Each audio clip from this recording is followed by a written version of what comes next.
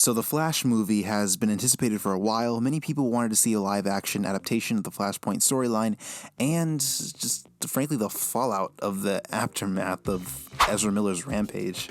Good God.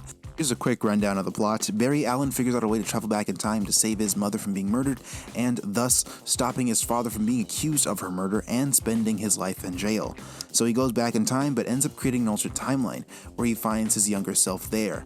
Then he gives himself, his younger self that is, powers from the same accident that gave him his powers, but in doing so, he actually loses his powers, and his only way of getting back home. So he seeks the help of Batman after finding out that General Zod was also coming to Earth that exact same day all those years ago. But when he finds Batman, it's not the Bruce Wayne he knows, it's Michael Keaton. That's right, multiverse shenanigans. And they try to recruit Superman, but surprise, it's not Superman, it's Supergirl. And they all travel to stop General Zod.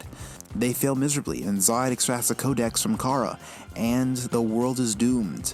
Other Barry tries to go back in time to fix it, but it doesn't work. And it turns out he becomes this hulking metal amalgamation monster that stopped Barry in the first place. I don't know, the plot goes to some very weird places. If it sounds convoluted, it's because it is. And Barry learns a lesson about accepting things as they are, but not really, because he goes back in time to change his father's... I don't know, he goes back in time to change the way his father looked at a camera, and that exonerates him of his mother's murder. It's weird. It's very weird. At the end, George Clooney is Bruce Wayne. There, that's it. That's the movie. The thing about Ezra Miller is that their voice is so grating and annoying, and their range is just bad. I didn't realize this, but the performance is just so phoned in, and they play Barry as this whiny little Tumblr boy, and I frankly just don't like it. They're a lot like Gal Gadot in the sense that they have like two emotions, and acting just plays out so poorly when they try to do it. Their performance was definitely the worst part of this film, and they were carried pretty heavily by the rest of the cast.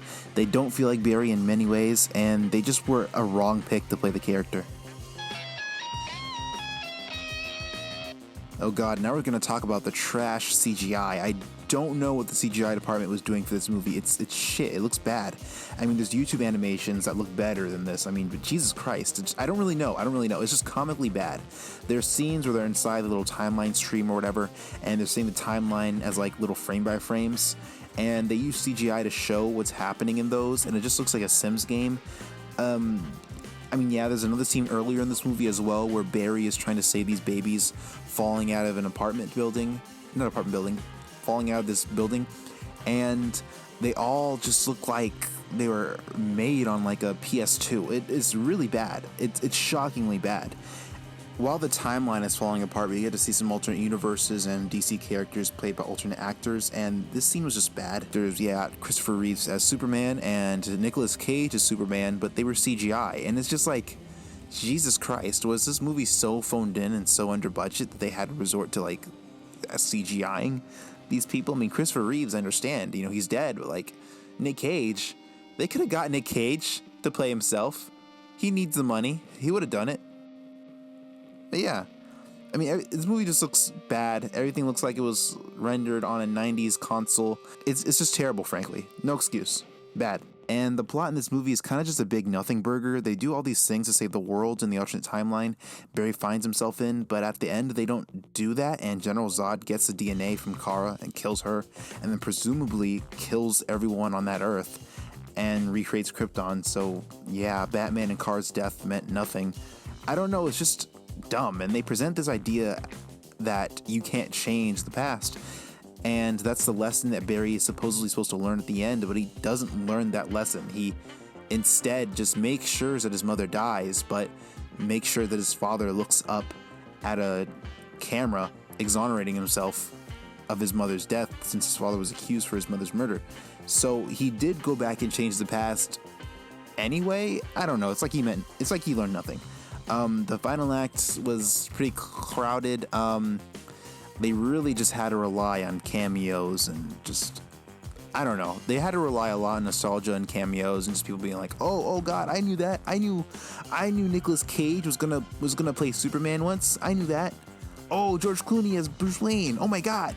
I mean, it's just stuff like that. So yeah, this movie was a dumpster fire. it's kind of sad that we went from the Justice League to this. The Justice League wasn't a necessarily good movie, but it wasn't terrible like this one by any stretch of the means.